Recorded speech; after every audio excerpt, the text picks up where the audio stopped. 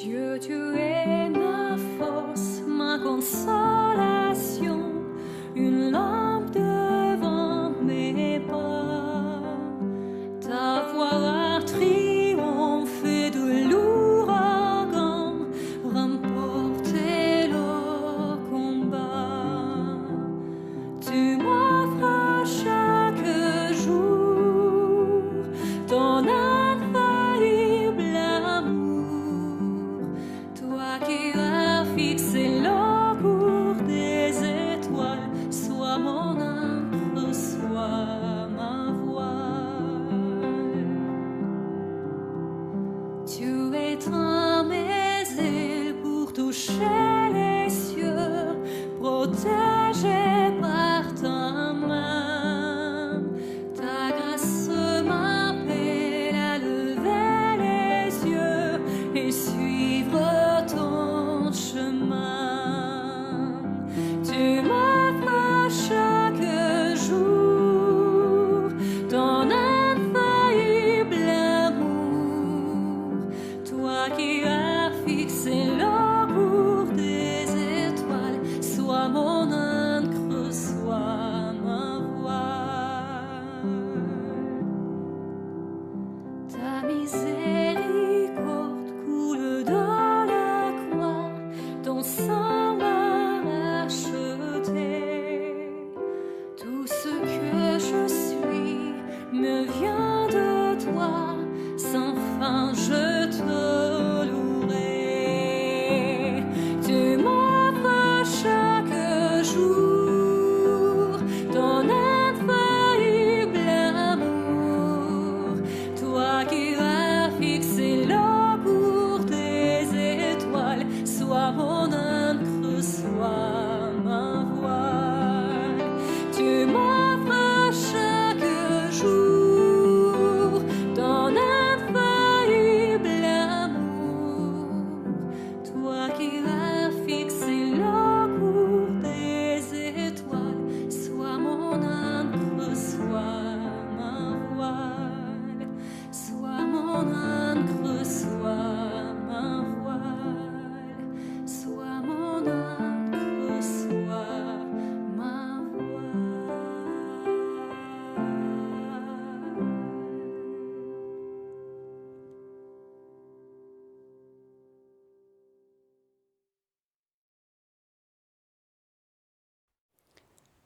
Je poursuis la lecture avec André Dumas sur la prière, cette réflexion, cette méditation que j'ai commencé la semaine dernière et qu'il poursuit. J'ai employé un mot familier, causer. Il correspond bien, me semble-t-il, au caractère de la prière, qui ne s'astreint pas à la solennité des formules, mais à la permanence du contact. En causant, on perd du temps par rapport à l'action, sans doute aussi par rapport à la réflexion. Mais on gagne du temps contre la solitude et la fermeture. En causant, on déplie sa vie jusqu'à se trouver dans le réconfort de l'intimité et dans l'ampleur de la compréhension. Une causerie n'est ni une déclaration, ni une exhortation, ni un discours. Elle est parcours à bâtons rompus, des cœurs qui se répandent et qui se répondent. Il n'y a pas d'ordre préétabli dans une causerie. Il y a des mouvements divers qui correspondent à la succession des humeurs, des émotions, des résolutions. Une causerie n'a de valeur que si elle est franche, embarrassée souvent, brutale parfois, attentive toujours. Les psaumes, par exemple, sont des causeries. Nous nous étonnons toujours de voir la brusquerie avec laquelle tantôt ils gémissent, tantôt ils exultent, tantôt ils accusent, tantôt ils protestent. Cette brusquerie désordonnée, ébouriffée, abrupte, donne le ton de la confidence confiante. Certes, on peut les classer en 4 grands genres, l'adoration, l'intercession, la repentance, l'action de grâce. Mais le psautier s'est bien gardé de répartir ses livres selon ce découpage systématique. Il y a des prédominances. Il n'y a jamais des thématiques rigoureuses. Le psautier ne chemine pas comme une liturgie cultuelle, avec ses grandes étapes, adoratrices, demanderesses, pénitentielles et reconnaissance.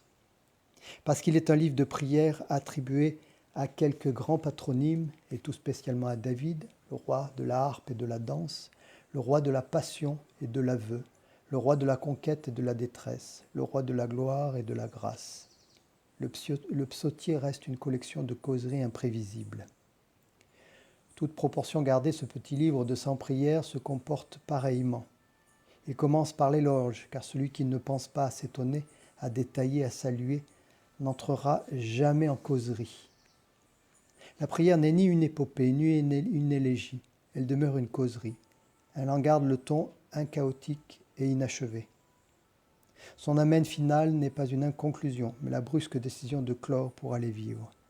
C'est le oui de celui qui arrête et qui s'arrête, car s'il en disait plus, sa causerie se diluerait en bavardage et sa surabondance étoufferait sa communication. Amen, autant dire oui, c'est ainsi et c'est assez, qui est le sens propre du mot amen, c'est ainsi. Dans le titre, comment comprendre l'adjectif prière possible? Mais la prière est possible, elle n'est pas inaccessible, elle ne requiert pas de préalable, ni spirituel, ni dogmatique, ni liturgique. Elle s'apparente à la spontanéité du cri, même quand elle cherche à entrer dans la considération plus globale des louanges, de l'examen de la vie, de l'aveu des fautes et de la mémoire des dons. En ce sens-là, la prière n'est pas une obligation pesante et tourmentante, elle est commandement possible. Oui, le commandement que je te donne aujourd'hui n'est pas trop difficile pour toi. Il n'est pas hors d'atteinte, il n'est pas au ciel. On dirait alors qui va pour nous monter au ciel, pour nous le chercher et nous le faire entendre, pour que nous le mettions en pratique. Il n'est pas non plus au-delà des mers, on dirait qui va pour nous passer outre-mer, nous le chercher et nous le faire entendre, pour que nous le mettions en pratique. Oui, la parole est toute proche, elle est dans ta bouche et dans ton cœur, pour que tu la mettes en pratique. C'est dans le livre du Deutéronome 30, les versets 11 à 14. À suivre.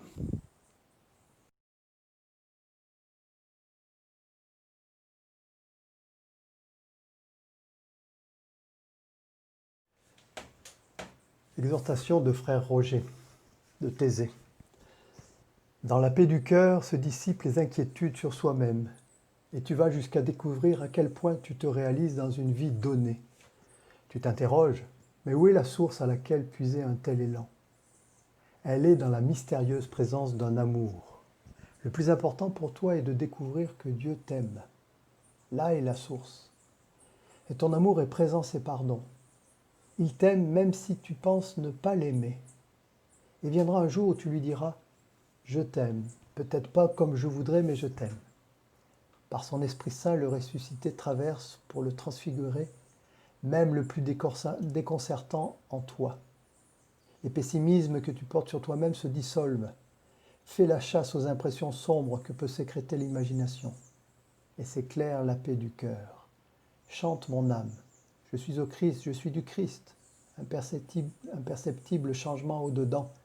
La transfiguration de l'être se poursuit au long de l'existence. Elle donne de vivre dans le moment présent. Elle fait de chaque jour un aujourd'hui de Dieu. Déjà sur la terre, elle est le commencement de la résurrection. Le début d'une vie qui n'a pas de fin. Pensais-tu qu'en toi le sable d'un désert avait recouvert l'amour? Des déserts intérieurs, il y en a. Mais est-il nécessaire de s'y arrêter? Sur une terre aride fleurit l'amandier. Et s'il y avait moins de déserts qu'on le suppose? Ainsi soit-il.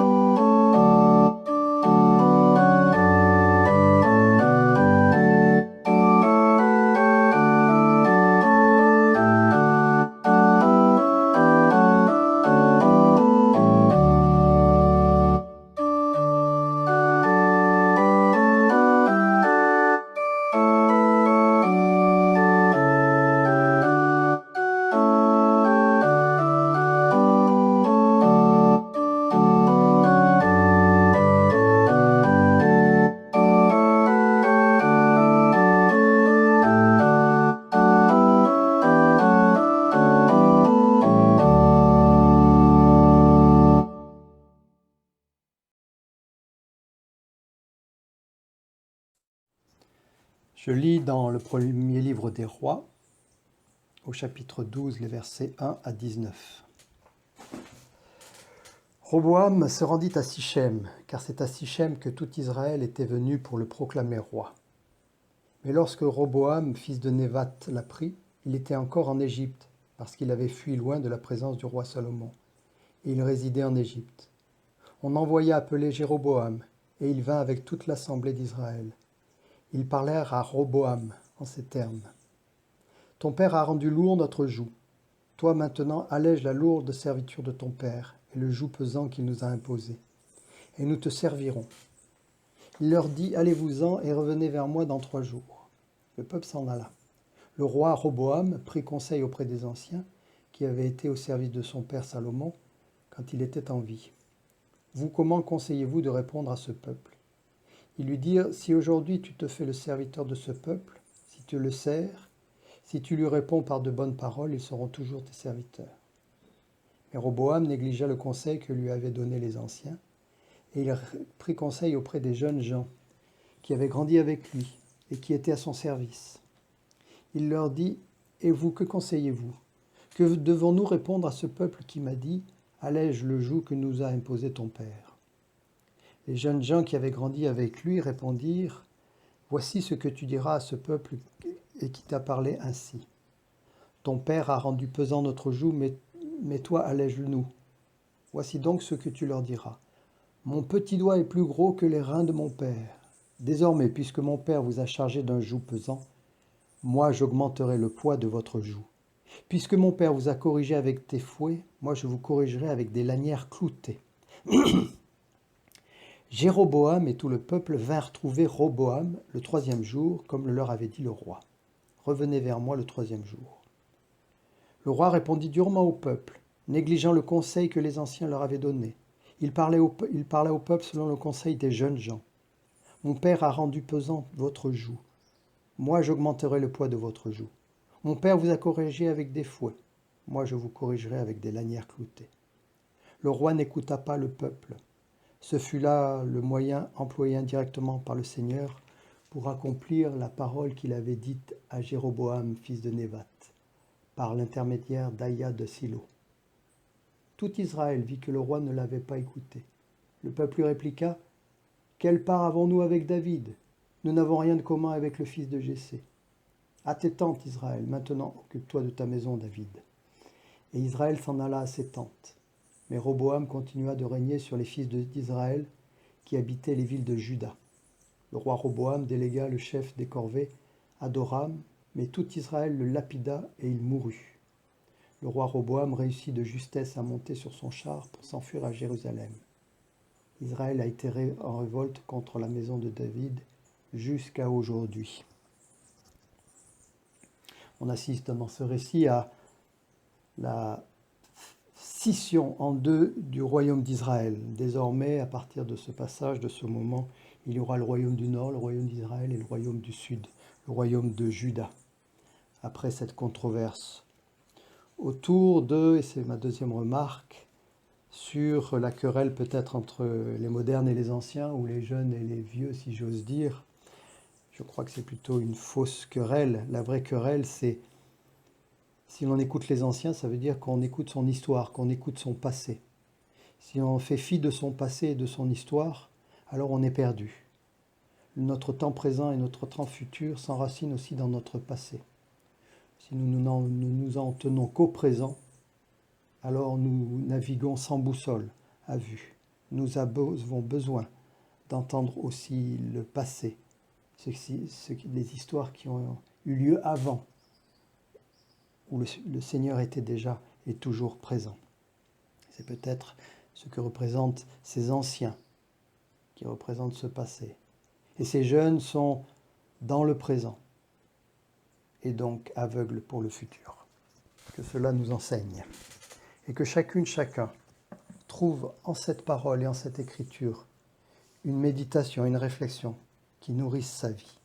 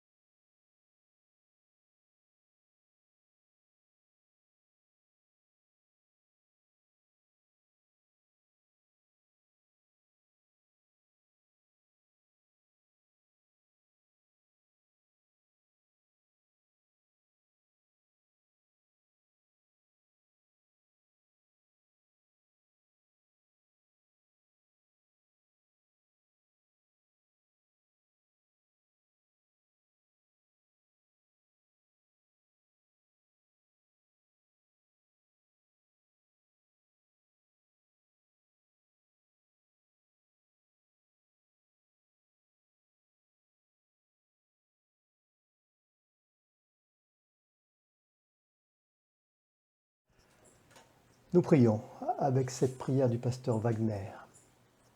Père, tu connais ce que j'ignore. Tu sais quel est le terme de mes jours. Je voudrais te servir longtemps encore dans ce monde où ta volonté nous a tracé notre carrière. Mais qui connaît les limites où s'arrête sa force? Certains avertissements semblent m'être donnés. Serait-ce déjà le soir? Question troublante. Pourquoi faut-il que je me la pose? N'est-ce pas un manque de confiance que de se demander ce que sera le lendemain? Quel qu'il soit, ne faut-il pas que par ta grâce et ta force, il contribue à notre bien? Je voudrais être plus confiant, plus enfant, plus patient aussi. Mon âme est dans les crépuscules. C'est un temps de crise et d'épreuve. Tiens-toi près de moi, Père, de tous les jours. Pourvu que tu sois là, compagnon aimé, témoin éternel. Vivre et mourir, marcher et s'arrêter, souffrir et être heureux. Tout est bon, si c'est avec toi que nous y allons. Étends sur moi ta main puissante. Délivre-moi des misères qui proviennent du manque de foi. Fortifie mon être intérieur pour que je puisse fortifier les autres et être un refuge.